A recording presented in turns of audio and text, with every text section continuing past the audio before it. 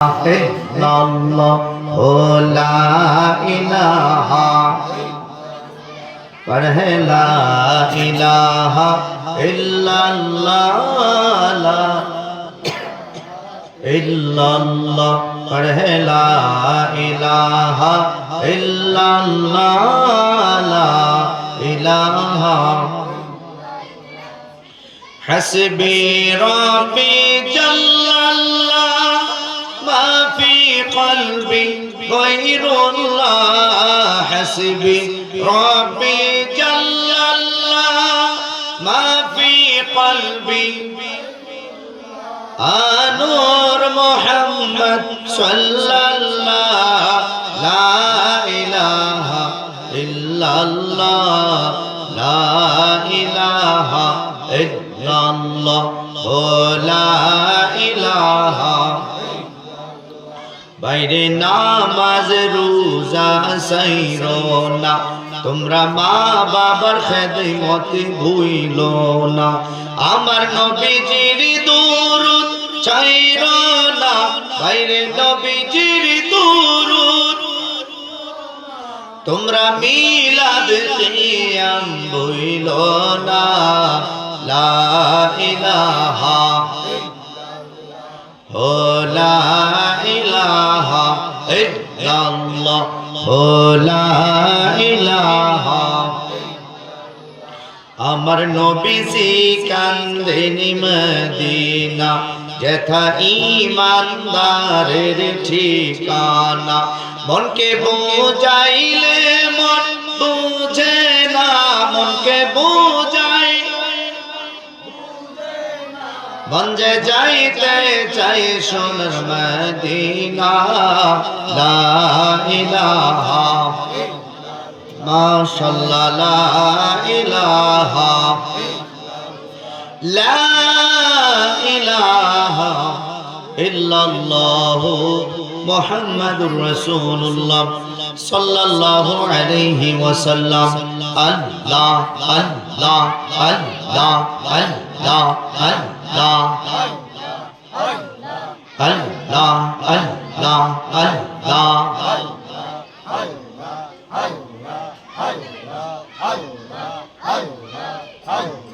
আল্লাহ আল্লাহ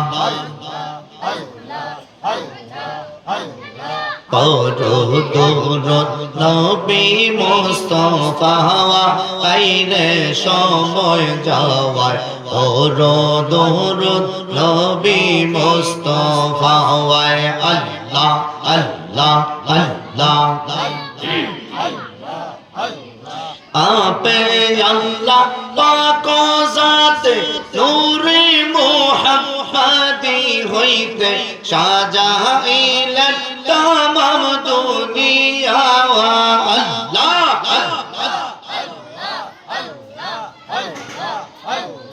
নূরে মুহাম্মাদি হইতে আপে আল্লাহ পাক জাতে সৃষ্টি করলেন তামাম দুনিয়া আল্লাহ আমার নবী যদি নাহি হইতো কোনো সৃষ্টি না করিত নবী যদি নাহি হইতো কিছু সৃষ্টি না করিত অন্ধকারে থাকিতো এ দরাওয়া আইরে সময় যাওয়ায় পর দুরুদ নবী মুস্তাফা আল্লাহ আল্লাহ আল্লাহ আল্লাহ আল্লাহ যখন আল্লাহ ছিলেন একা ছিল না তার কোনো সখা তখন আল্লাহ প্রকাশিতে চাওয়ায় আল্লাহ নিজের নূর হইতে আপন নবীর নূর বানিয়া সৃষ্টি করলেন তামাম জাহাওয়া আনরে সময় যাওয়ায় পর দুরুদ নবী মুস্তাফা আল্লাহ আল্লাহ আল্লাহ জোরে জোরে আল্লাহ মুর্শিদ পরশ মনি গো মুর্শিদ গোন মনি গো লোহারে বানাইলা কাঞ্চা সোনা আল্লাহ আল্লাহ আইরে পাগল কবর একবার বাপরে না রে তোর হইবুরি মরবান আল্লাহ আল্লাহ আল্লাহ আল্লাহ আল্লাহ আল্লাহ আল্লাহ তুই মরিলে সঙ্গের সাথী তুই মরিলে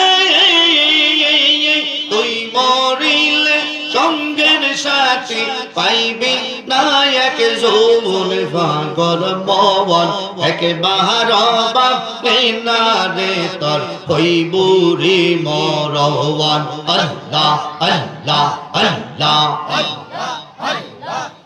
মনরে হঠাৎ একদিন আজরাইল ফাঁসি দিবে তোমার গলে শেষ করিবে এই সাদের জীবন মনরে আল্লাহ আল্লাহ আল্লাহ মনরে হঠাৎ একদিন আজরাইল ফাঁসি দিবে তোমার গলে শেষ করিবে এই সাদের জীবন মন মারহাবা আল্লাহ আল্লাহ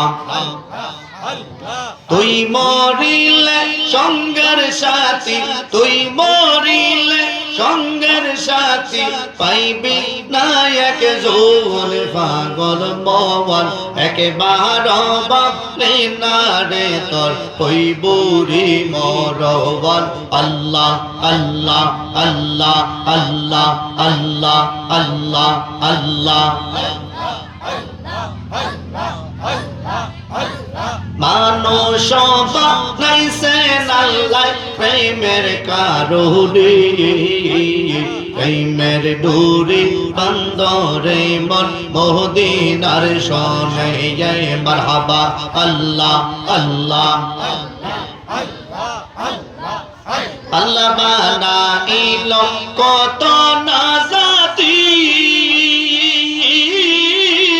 মিটল না তার প্রেম প্রীতি বানাইল কত না জাতি মিটল না তার প্রেম প্রীতি অবশেষে মানুষ বানায় প্রেমের কারণে অবশেষে মানুষ বানায় প্রেমের কারণে প্রেমের ডোরে বন্দরে মন মদিনার শোনে মারহাবা আল্লাহ আল্লাহ আল্লাহ জোরে আল্লাহ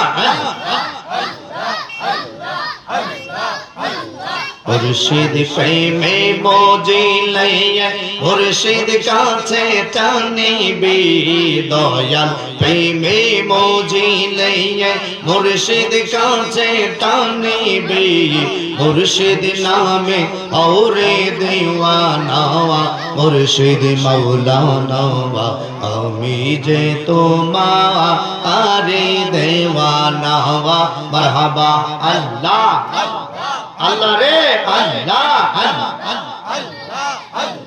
তোমায় ভালোবাসি বলে মন্দ বলে পারাপোষি মন্দ বলে তোমায় ভালোবাসি বলি তোমায় ভালোবাসি বলে পারাপোষি মন্দ বলে বলো বলো যার যার খুশি বলো বলো যার যার খুশি আমরা ভুলবো না মুর্শিদ মাওলানা আমি যে তোমারে দেওয়ানা আল্লাহ আল্লাহ আল্লাহ আল্লাহ সুবহানাল্লাহ ওয়ালহামদুলিল্লাহ লা ইলাহা ইল্লাল্লাহ লা ইলাহা ইল্লাল্লাহ লা ইলাহা ইল্লাল্লাহ লা ইলাহা ইল্লাল্লাহ মুহাম্মাদুর রাসূলুল্লাহ সাল্লাল্লাহু আলাইহি ওয়াসাল্লাম। আমার নামে দোয়া করেন। وقالوا الحمد لله الذي صدقنا وعده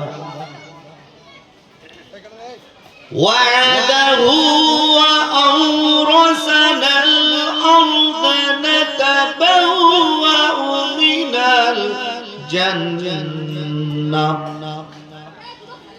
من الجنة حيث نشاء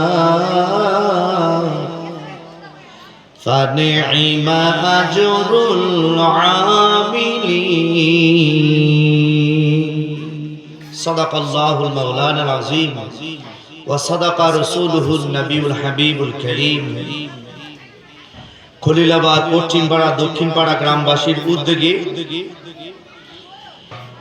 তৃতীয়তম পবিত্র বার্ষিক ওয়াজ ও দোয়ার মাহফিল মুকাররম সম্মানিত সভাপতি জনাব মোশাররফ হোসেন, ১ নং আহ্বায়ক সদস্য স্বেচ্ছাসেবক দল রায়পুরা, সাবেক সাধারণ সম্পাদক শ্রমিক দল পলাশতলী ইউনিয়ন পরিষদ, সম্মানিত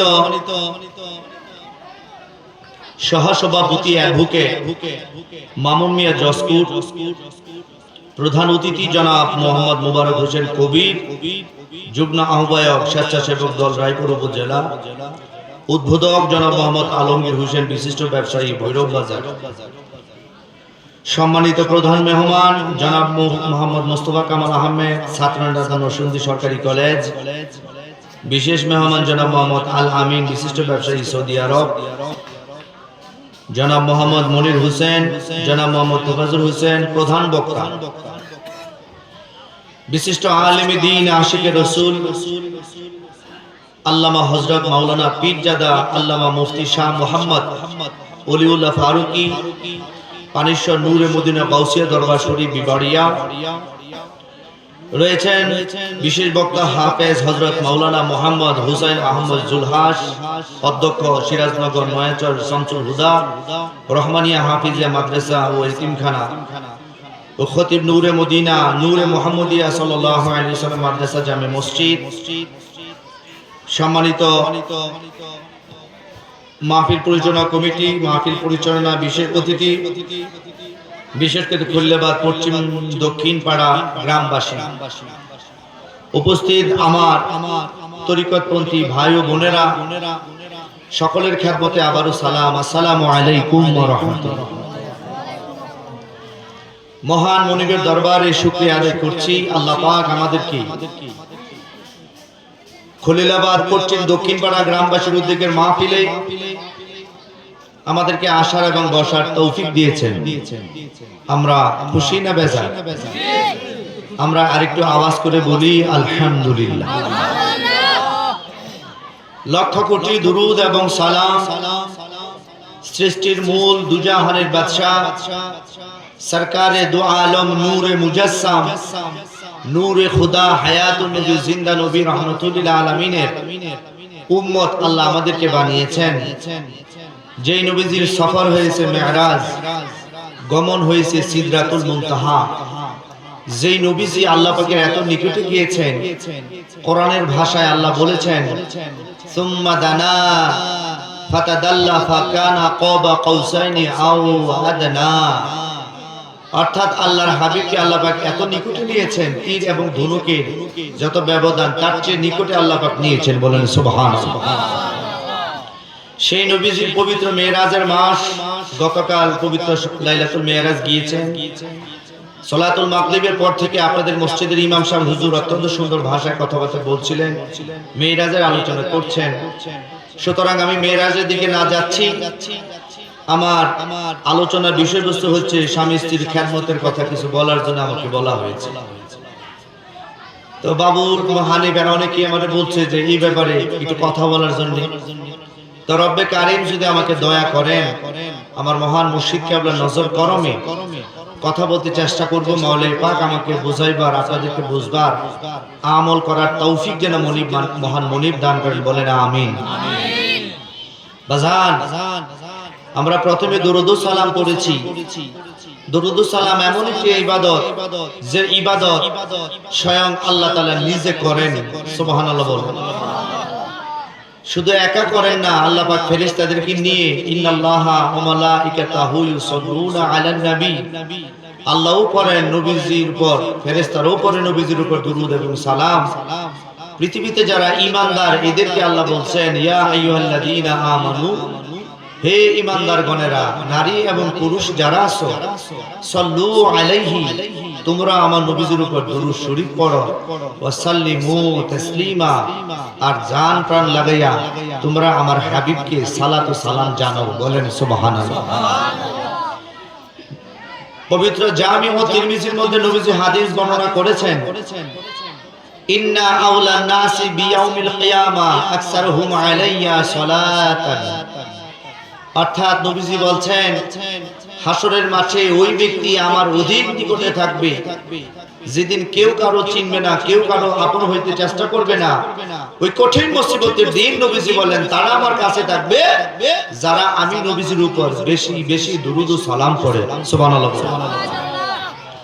এই কারণে 5 ওয়াক্ত নামাজের পরে কমপক্ষে দৈনিক 300 বার দুরূদ শরীফের ওজিফা গ্রহণ করেন। মনে রাখবেন, যারা বেশি বেশি দুরূদ শরীফ পড়বে আল্লাহর হাবিব তাদেরকে শাফাআত করবেন। বলেন না সুবহানাল্লাহ। দুরূদের মাধ্যমে জীবনের গুনাহ মাফ হয়, হাজত পূর্ণ হয়, বিপদ আপদ দূর হয়, আপনার মনের বাসনা পূর্ণ হয়। বলেন সুবহানাল্লাহ। এই কারণে দুরূদ ও সালাম পড়বেন, দুরূদ ও সালামের কোনো বিকল্প নাই। দ্বিতীয়ত, মানুষের অনেকগুলো বৈশিষ্ট্য থাকা প্রয়োজন জীবনে। কারণ মানুষ ভালো আছেন? বাবুলের বাবা না? বসে সবাই বসে। আমরা আরেকটু দুরূদ শরীফ পড়ি। আল্লাহুম্মা সাল্লি আলা, গুণ হইব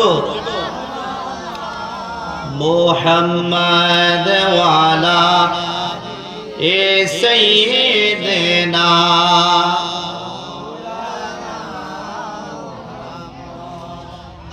আজ পবিত্র দিনে, আজ শুভক্ষণে নবী গো, তোমারি দিদারের আশায় জল ঝরে নয়নে,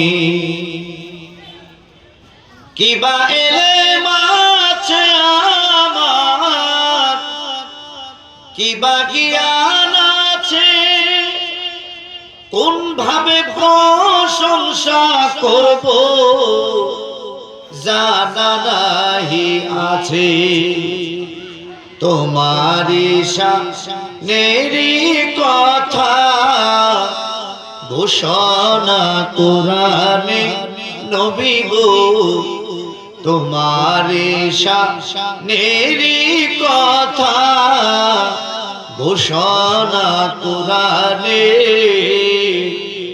তোমারি দিদারের আশায় জল ঝরে নয়নে। আল্লাহুম্মা সাল্লি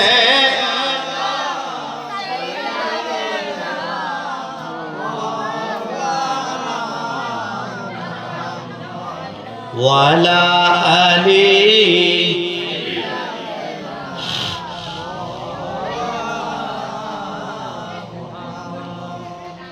সাল্লাল্লাহু আলাইহি ওয়াসাল্লাম। বাবাজিরা, ইমাম গাজ্জালী রাহমাতুল্লাহি আলাইহি শুকুর এবং সবর কিতাবের মধ্যে তিনি বর্ণনা করেন, একজন পয়গম্বর আলাইহিস সালাতু ওয়াস সালাম কিংবা হযরত ঈসা রুহুল্লাহ রাস্তা দিয়ে যাচ্ছেন, হঠাৎ করে তিনি রাস্তার মধ্যে দেখতে পাইলেন একটি পাথর ছোট বাচ্চার মতো ফুফায়া ফুফায়া পাথরে কাঁদতেছে। মানুষ না পাথর, পাথরে কাঁদে। প্রশ্ন করতে পারেন, ও হুজুর, পাথরও কি কাঁদতে পারে? হ্যাঁ বাবা, পাথরও কাঁদতে পারে, কিন্তু তাদের কান্না আমার আর আপনার দ্বারা বোঝা সম্ভব নয়।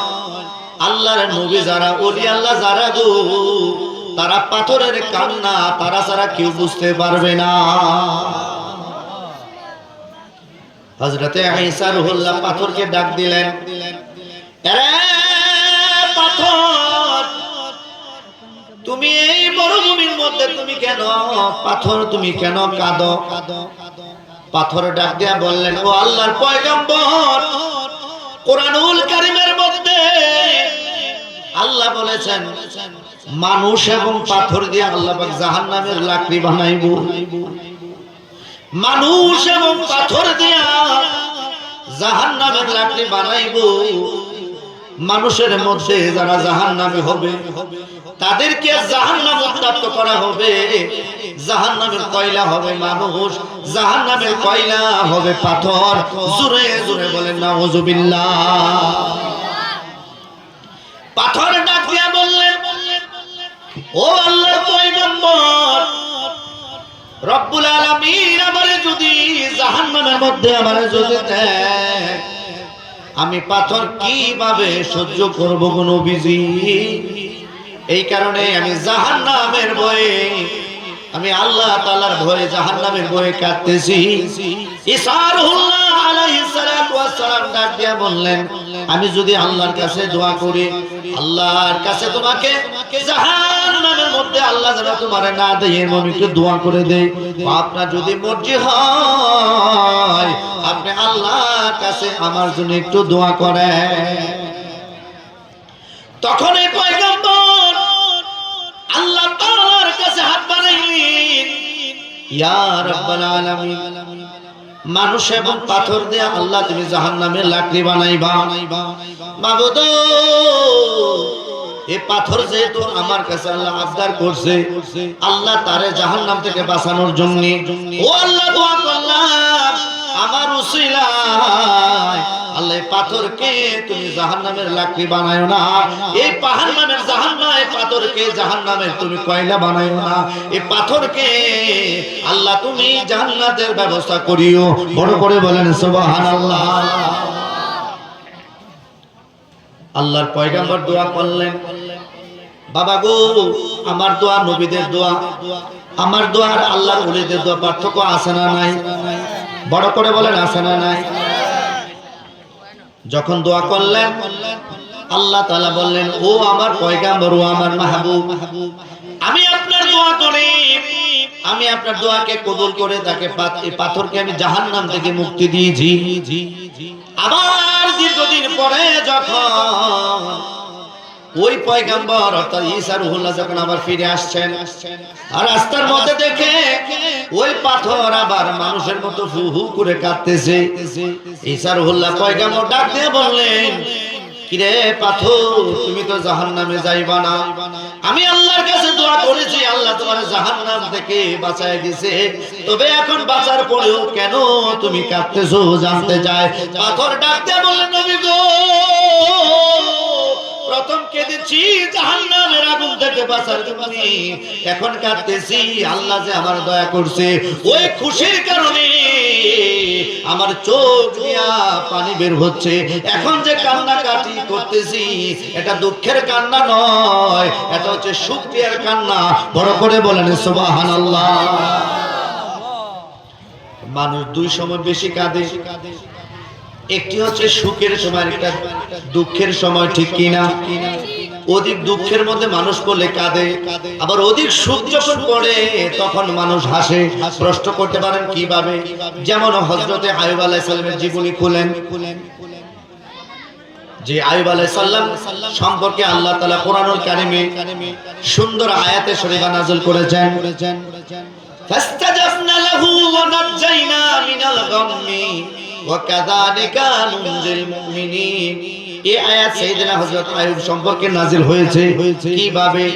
অর্থাৎ কোন মানুষ যদি আল্লাহ তাআলার রাস্তায় ধৈর্য ধারণ করতে পারে, ধৈর্য নামক একটা গুণ যদি অর্জন করতে পারে, আল্লাহ বলেন ইন্নামা ইউওয়াফাস সাবিরুনা আজরাহুম বিগাইরি হিসাব। যারা ধৈর্য ধারণ করবে আল্লাহ তাআলা তাদের জন্য অসংখ্য অগণিত নিয়ামত রাখছে। বলেন সুবহানাল্লাহ।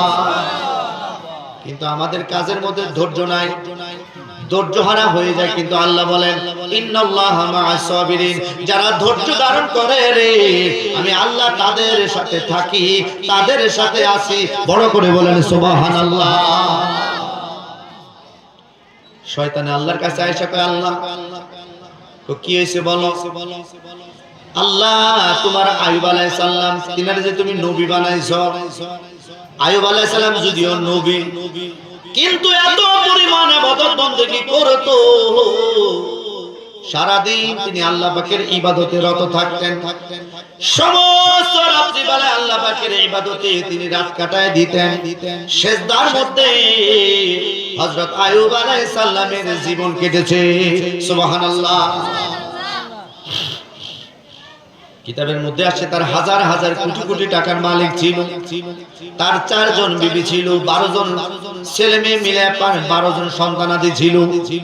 শয়তান এসে বলতেছে আল্লাহ তোমার আইয়ুব আলাইহিস সালাম এত শুকরগাজি বান্দা, এত বেশি ইবাদত কেন করে আল্লাহ তুমি কি জানো? আল্লাহকে ব্যাকলের গোষ্ঠী আমি জানতাম না কি তুই জানবি নি? সুবহানাল্লাহ।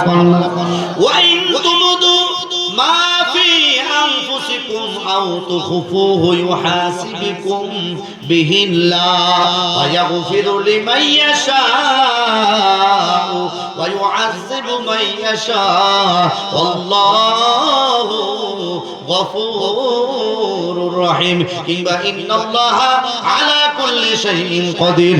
জোরে বলেন সুবহানাল্লাহ। তখন আল্লাহ তাআলা বলেন আমার আইয়ুব শুকরগাজি বান্দা, আমি তারে সন্তান দিলে সম্পদ দিলে দিলেও ইবাদত করব, না দিলেও ইবাদত করব। শয়তানে কয় বিশ্বাস করে না, জোরে কর নাউজুবিল্লাহ। আল্লাহ কত বিশ্বাস করছ, আমি এখন কি করব? শয়তানে ডাক দিয়ে কয় আল্লাহ আমি হযরত আইয়ুব নবীকে বিপদের মধ্যে ফালায় দিব, বিপদের মধ্যে পড়লে তোমার নবী আর এত ইবাদত করব না, তোমার শুকরিয়া আদায় করব না। কেন না? তুমি বলেছো লা ইন শাকারতুম লা আযীদান্নাকুম ওয়া লা ইন কাফারতুম ইন্না আযাবি লাশাদীদ। কেউ যদি আল্লাহ পাকের নিয়ামতের শুকরিয়া আদায় করে, আল্লাহ তাআলা নিয়ামতের শুকরিয়া আদায় করলে আল্লাহর নিয়ামত বাড়ায় দেয়। আর যদি শুকরিয়া আদায় না করে আল্লাহ বলে তার জন্য জাহান্নামের আগুন আমি নির্ধারণ করে রাখছি। কথা কোন ঠিক কি না? তখন আল্লাহ তাআলা বলে তুই কি চাস তুই আমার কাছে বল। শয়তান তো আল্লাহ নবীদের উপর শয়তানের ক্ষমতা চলে না, সাধারণ মানুষের উপর শয়তানের ক্ষমতা চলে। এ প্রভু গো, তুমি যদি আমারে তোমার নবীর উপর যদি ক্ষমতা প্রদান করো, আমি তোমার নবীকে পথভ্রষ্ট করে ছাড়বো। জোরে বলেন নাউজুবিল্লাহ। আল্লাহ তাআলা বলে শয়তান রে পারবি না, আমার আইয়ুবকে কোনদিন তুই অস্বীকৃতি অশুকরগারি বান্দা পাবি না। সব সময় আমার আইয়ুব আমার উপর সন্তুষ্ট আছে। আমি বিপদ দিলেও সন্তুষ্ট, মুসিবত দিলেও সন্তুষ্ট, আবার নিয়ামত দিলেও সন্তুষ্ট হয় আমার আইয়ুব। বলেন সুবহানাল্লাহ। শয়তানকে আল্লাহ একটু ক্ষমতাতে দেখো না, কজা তোরে দিলাম। তাফসীরের মধ্যে আছে শয়তানে হযরত আইয়ুব আলাইহিস সালামের হাজার হাজার দুম্বা ছিল, মেষ ছিল, উট ছিল, বিশাল বড় বড় তার খেজুরের বাগান ছিল, আঙ্গুরের বাগান ছিল, বিভিন্ন শস্যকে তিনি তৈরি করতেন, মানুষ দ্বারা পরিচালনা করতেন। শয়তান কি করল? আইয়ুব আলাইহিস সালামের শস্যের বাগানে যাইয়া আগুন ধরায় দিল। আগুন ধরায় দেওয়ার পরে সমস্ত শস্য ক্ষেত, অর্থাৎ সমস্ত ক্ষেত আছে, ভুট্টা ক্ষেত, গম ক্ষেত, জব ক্ষেত, সবগুলো আগুনে পুইরা ছাই, একদিনে সব ছাই হয়ে গেল। মানুষ এসে আইয়ুব নবীকে বললেন, ও আল্লাহর নবী আইয়ুব আলাইহিস সালাতু ওয়াস সালাম, আল্লাহ তাআলার কি কুদরত বোঝা বড় কঠিন, আপনার শস্য ক্ষেত সবকিছু পুইরা হয়েছে ছাই। হযরত আইয়ুব আলাইহিস সালাম বলতেছেন আলহামদুলিল্লাহ। সুবহানাল্লাহ। তোমাকে না দেখিয়া নবীকে না চিনিয়া ঈমান এনেছি তবু। বলেন তোমাকে না দেখিয়া নবী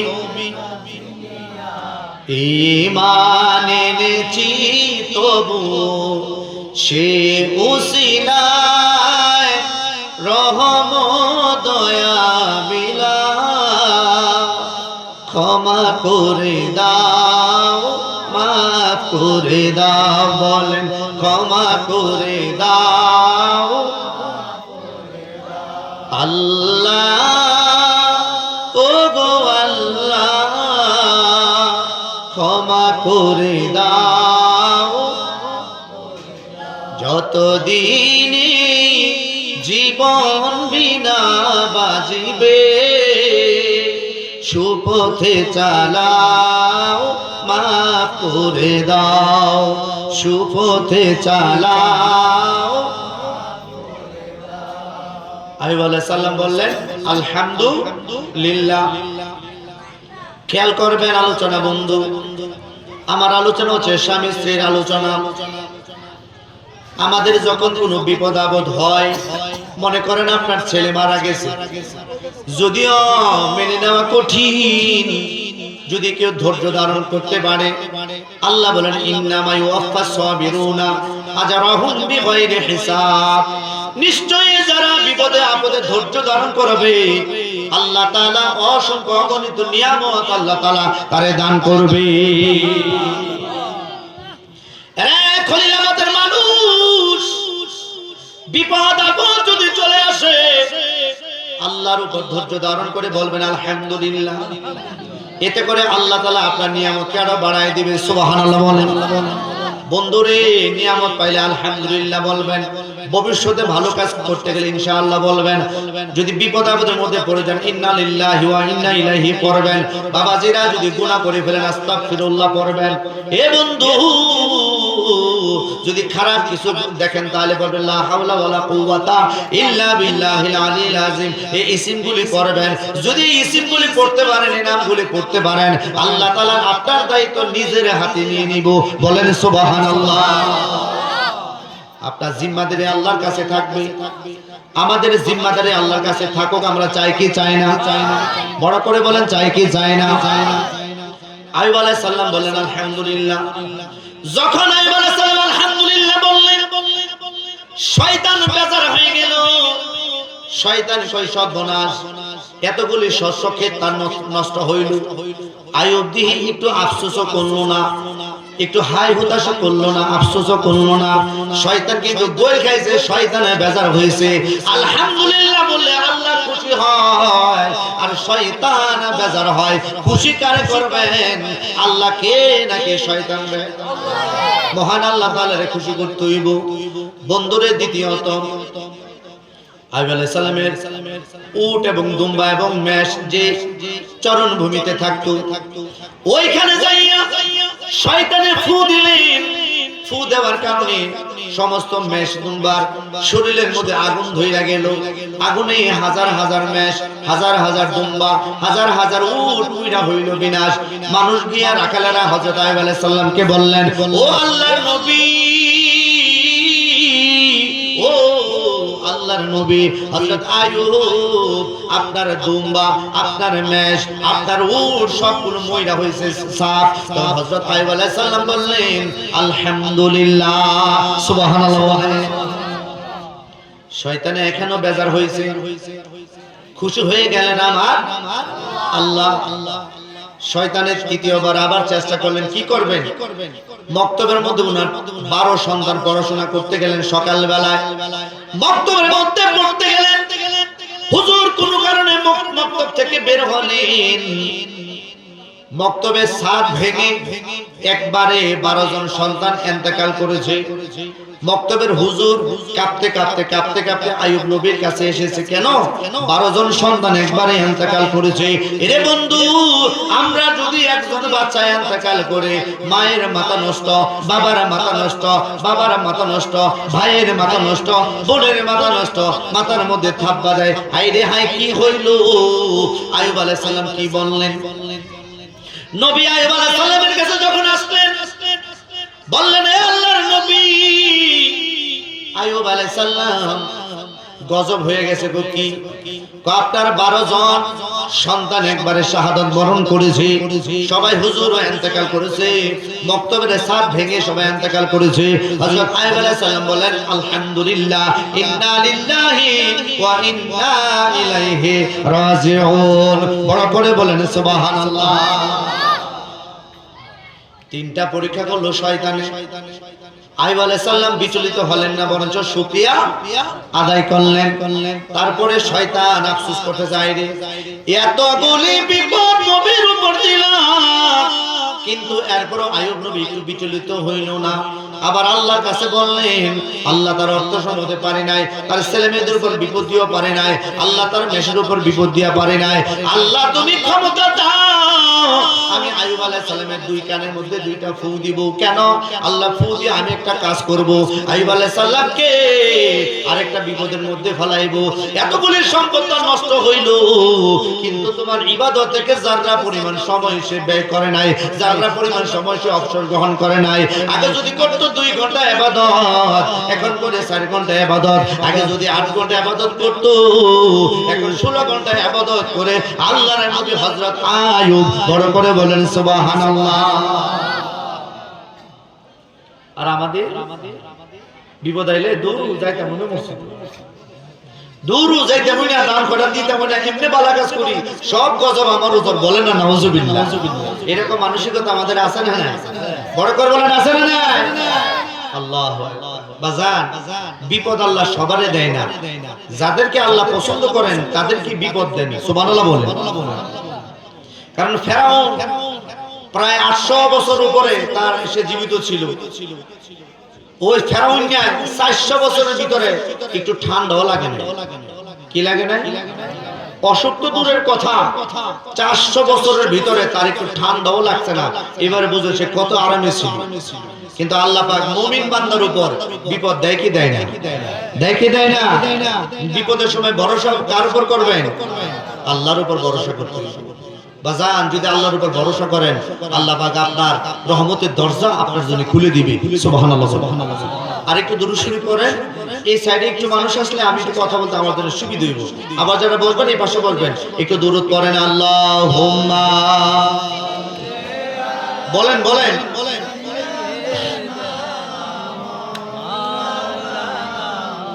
মুহাম্মদ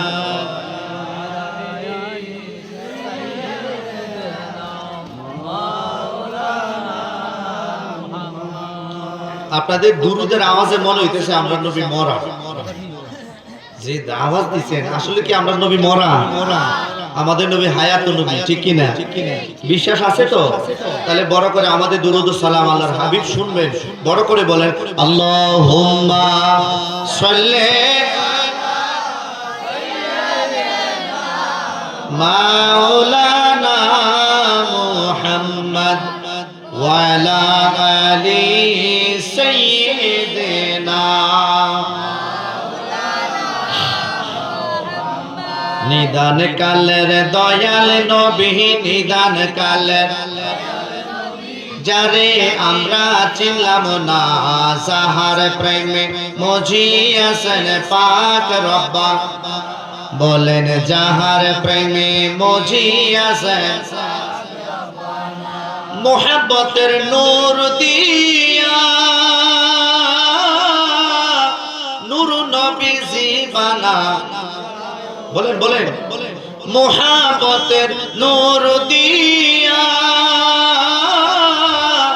নূর নবীজি বানা। কদ জাআকুম মিনাল্লাহি কদ জাআকুম, কোরআনেতে ঘোষণা যাহার প্রেমে আর যাহার প্রেমে মজিয়াছেন।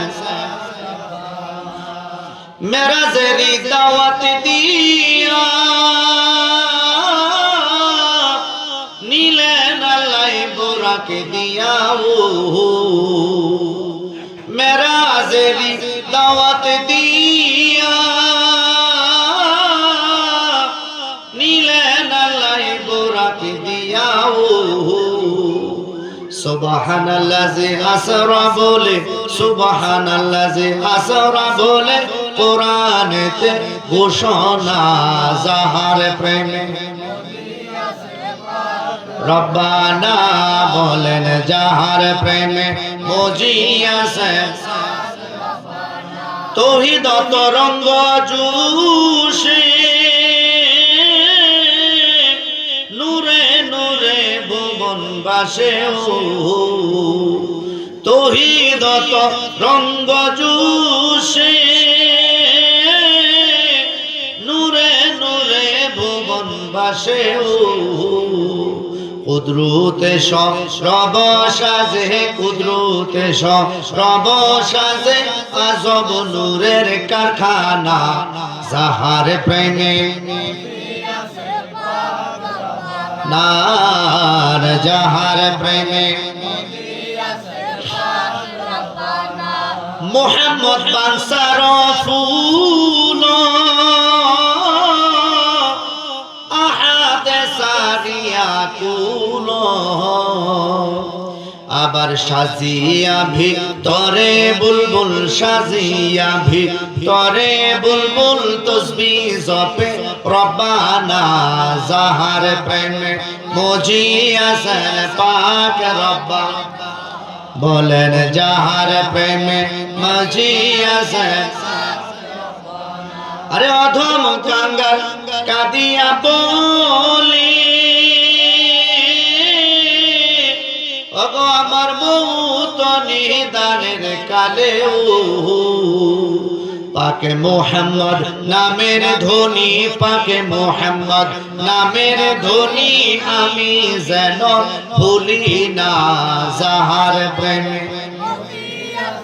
পাক রব্বানা বলেন যাহার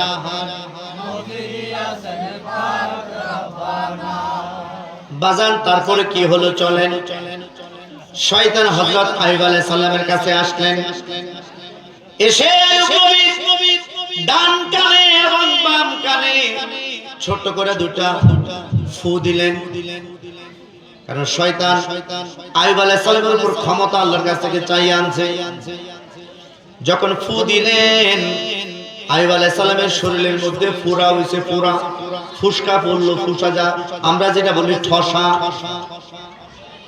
ঠসা পড়লেন ঠসাগুলি বিষাক্ত ঠসা আগুনে সেক খাইলে যেরকম ঠসা পড়ে জ্বালায় পোড়ায় এইরকম ঠসা নবী আইয়ুব আলাইহিস সালামের শরীরের মধ্যে পড়লো একদিন দুই দিন পরে ঠসাগুলি বাজার ফেটে গেল ফেটে গিয়ে ঠসাগুলির মধ্যে বাজার পছন্দ ধরছে পছন্দ এমন পছন্দ ধরছে সমস্ত শরীরের মধ্যে জ্বালা পোড়া তারপরে সে মানুষকে বোঝায় না আল্লাহর কাছে বলে আল্লাহ আমারে কেমন মুসিবতে আল্লাহ তুমি ফালাইলা মাবুদ কেমন পরীক্ষার মধ্যে আল্লাহ তুমি আমাকে ফেলে দিলা তখন ঠসা যখন পছন্দ ধরছে আইয়ুব আলাইহিস সালামের বড় বড় বিবি আইয়ুব আলাইহিস সালামের সাথে তর্ক করে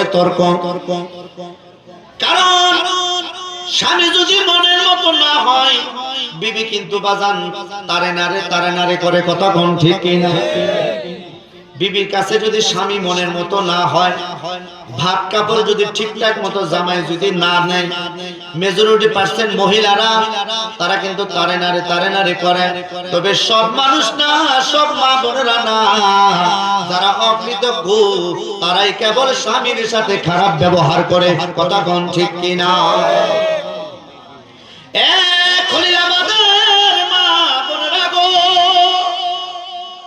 অন্তর দিয়ে আমি হুজুরের কথা বলে শুনো গো মা তোমাদের চরিত্র যদি মা ফাতেমার মতো হইতো তোমাদের চরিত্র যদি মা খাদিজাতুল কুবরার মতো হইতো তাহলে জীবনটা কত সুন্দর হইতো হযরতে খাতুনে জান্নাত মা ফাতেমা তো জহরা কিতাবের মধ্যে আসছে রে বন্ধু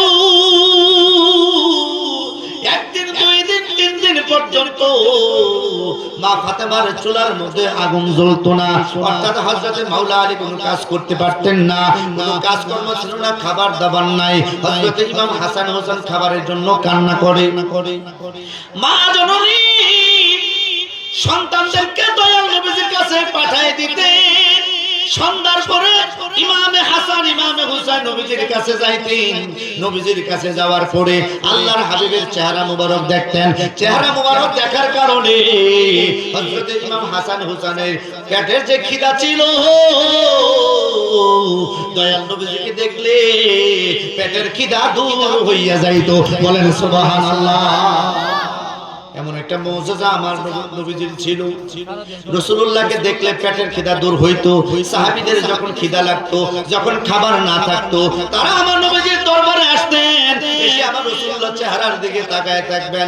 একবারে দিদার দাও গো নূর নবীজি, আমি নয়ন ভরে তোমায় দেখিব। একবারে দিদার দাও গো নূর, আমি নয়ন ভরে তোমায়, আমার মন ভরিয়া তোমায় দেখব নবী গো, মন ভরিয়া তোমায় দেখব, আমার সাথ মিটায়া তোমায় দেখব। একবার দিদার দাও গো নূর নবীজি, আমি নয়ন ভরে তোমায়, বলেন বলেন, একবার দিদার দাও গো নূর নবীজি, আমি নয়ন ভরে তোমায়, আমার সাথ মিটায়া তোমায় দেখব নবী গো, সাথ মিটায়া তোমায় দেখব, আমার মন ভরিয়া তোমায় দেখব। একবার দিদার দাও গো নূর নবীজি, আমার নয়ন ভরে তোমায় দেখব। সবাই বলেন আমিন। বাজান কথাটা যেহেতু চলে আসছি, কথাটা একটু বলি, কারণ কোরআনুল কারীমের মধ্যে আহলে বায়তের সম্পর্কে প্রায় 300 খানা আয়াত আসছে। সমস্ত আয়াতের মধ্যে পাঞ্জাতনের কথা আসছে রে বন্ধু, ইমামে হাসান ইমামে হুসাইনের কথা এসেছে, জগতের মা ফাতেমা জাহরার কথা আসছে, বাবা সাফিনায়ে নূর কিতাবের মধ্যে এসেছে, আম্মা জান ফাতেমা জাহরা উনার ঘরের ভেতরে একদিন 3 দিন পর্যন্ত চুলার মধ্যে আগুন নাই। তারপরও আম্মা জান মাওলা আলীকে তারা দেয় না, তাকাত দেয় না। কেন মা জানি, যদি আমার স্বামীকে আমি যদি কষ্ট দেই, নবীজি আমার বেজার হইব, আমি ফাতেমার উচিত হবে না। আমার রাসূলুল্লাহর পছন্দকৃত ছেলে, রাসূলুল্লাহর পছন্দকৃত স্বামী হযরত আলীকে কষ্ট দেওয়া আমি ফাতেমার উচিত হবে না। হযরত ইমাম হাসান হুসাইন মা ফাতেমাকে ডাক দিয়ে বললেন, মা আজকে 3 দিন হয়ে গেল আম্মা গো, আমাদের পেটের মধ্যে মা খাবার নাই, আম্মা একটু খাবারের ব্যবস্থা করে দেন গো আম্মা জান। 2 সন্তান যখন বারে বারে খাবারের কথা বলেন, আম্মা জান হঠাৎ করে বললেন, ও বাবা হাসান এবং হুসাইন, তোমরা শুধু আমার কাছে খাবার চাও, তোমরা কি তোমাদের আব্বা হুজুরকে বলতে পারো না? তোমাদের আব্বা হুজুর হযরতে আলীকে কি তোমরা কি বলতে পারো না? এই কথাটা যখন বললেন, হযরতে মাওলা আলী দরজার পাশে যখন তিনি দাঁড়িয়েছিলেন, হযরত আলী কথাটা শুনে মনে মনে তিনি একটু দুঃখ প্রকাশ করলেন। হারে, আমি একজন বাবা, আমার সন্তানের মুখে আমি খাবার উঠাইতে দিতে পারলাম না, আমি আমার সন্তানের মুখে খাবার দিতে পারলাম না। তিনি একটু কষ্ট অনুভব করলেন, দুঃখ অনুভব করলেন, অনুভব করে ঘরের ভিতরে না ঢুকে তিনি আবার চলে গেলেন। হযরতে খাতুনে জান্নাত তিনি অনেক জ্ঞানী মহিলা ছিলেন, বুদ্ধিমতী, অনেক তীক্ষ্ণ মেধার অধিকারী ছিলেন। বুঝতে পেরেছে রে দরজার মধ্যে অবশ্যই আমার স্বামী এসেছিল, মনে হয় আমার কথায় আমার স্বামী মনে হয় কষ্ট পাইছে। কোথায় গেল? আমার নবীজির কাছে হযরতে মা ফাতেমা জাহরা ইমাম হাসান হুসাইনকে নিয়ে আসলেন। এসে বলতেছে, ইয়া রাসূলুল্লাহ, ইয়া হাবিবাল্লাহ, নবী গো, আপনার কলিজার টুকরা সন্তান হযরত ইমাম পুত্র ইমাম হাসান হুসাইন তারা দুইজন হুজুর আমার কাছে শুধু খাবার চাই। আমি একটু কষ্ট করে বলেছিলাম শুধু আমার কাছে খাবার চাও, তোমরা কি তোমাদের আব্বা হুজুরের কাছে খাবার চাইতে পারো না? ইয়া রাসূলুল্লাহ, এই কথাটা যখন আমি সন্তানদেরকে বলি তখন মনে হয় হযরতে মাওলা আলী মনে ঘরের বাইরে ছিলেন। হুজুর আমার মনে হয় হযরতে মাওলা আলী কষ্ট পেয়েছে। হুজুর আমি জানি না, আপনি মেহেরবানি করে হযরতে মাওলা আলীকে ডেকে আমার পক্ষ থেকে একটু ক্ষমা চাইয়া নেন। বড় করে বলেন সুবহানাল্লাহ। কিছুক্ষণের মধ্যে মাওলা আলী নবীজির কাছে আসলেন। যখন আমার নবীজি আসলেন, নবীজির কাছে হযরতে মাওলা আলী আসলেন।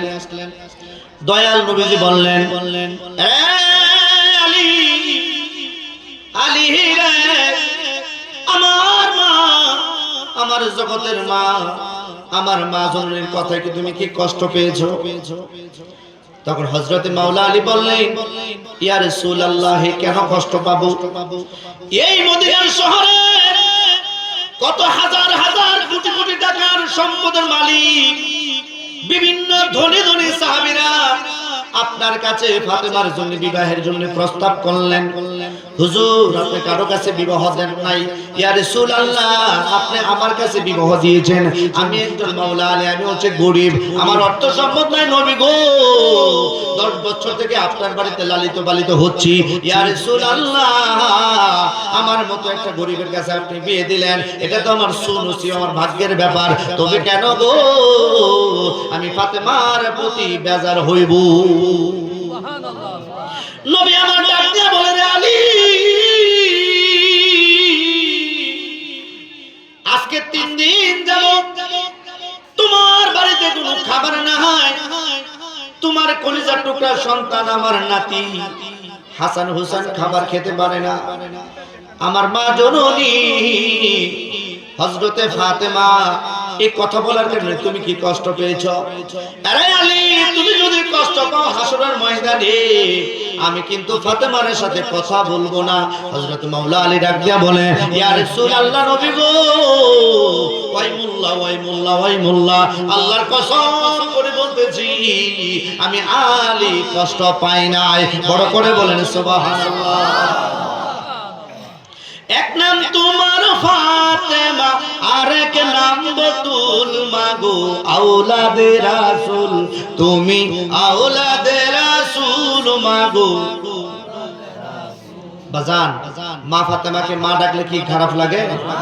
মা ফাতেমার মন ভইরা মা ডাকবেন, কারণ মা ফাতেমার আমার নবীজি মা ডাকছে। সুবহানাল্লাহ বলেন। কেমনে ডাকলো ঘটনার সামনে কইতাছি, আমার সাথে সবাই বলেন, এক নাম তোমার ফাতেমা, এক নাম তোমার ফাতেমা, আরেক নাম বতুল, মাগো আওলাদে রাসূল, তুমি আওলাদে মাগো আওলাদে রাসূল, তুমি আওলাদ মাগো। ইমাম হাসান হুসাইন জান্নাতের সরদার, নবীজি থেকে নিয়ে পিলাইবেন হাউজে কাউসার। তাদের প্রেমে আল্লাহ তাআলা করো হে কবুল, বলেন তাদের প্রেমে আল্লাহ তাআলা করো হে কবুল, মাগো আওলাদে রাসূল, তোমরা আওলাদে রাসূল, মাগো রাসূল, তোমরা আওলাদে রাসূল, মাগো মাগো তুমি তোমরা আহলে বায়াত, তোমাদের শানে নাজিল হইল কোরআনের আয়াত। তোমরা আহলে বায়াত, বলেন আহলে বায়াত, তোমাদের শানে নাজিল হইল কোরআনের আয়াত। তুমি তোমরা সবাই মিলে জান্নাতেরই ফুল, বলেন তুমি তোমরা সবাই মিলে জান্নাতেরই ফুল, মাগো আওলাদে রাসূল, তোমরা আওলাদে রাসূল, মাগো রাসূল, তোমরা আওলাদে রাসূল, মাগো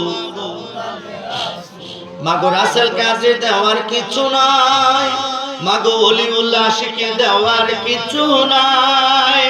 তোমাদের ভালোবাসিয়া নাজাত পেতে চাই, তাদের প্রেমে আল্লাহ তাআলা করো হে কবুল বলেন তাদের প্রেমে আল্লাহ তাআলা হে কবুল মাগো আওলাদে রাসূল তোমরা আওলাদে রাসূল মাগো আওলাদে রাসূল তোমরা আওলাদে রাসূল মাগো বাজান আমার কথাটা একটু মন দিয়ে শুনে কোরআনে অনেক আয়াত আসছে উল্লা আসআলুকুম আলাইহি আজরান ইল্লাল মাওয়াদ্দাতা ফিল কুরবা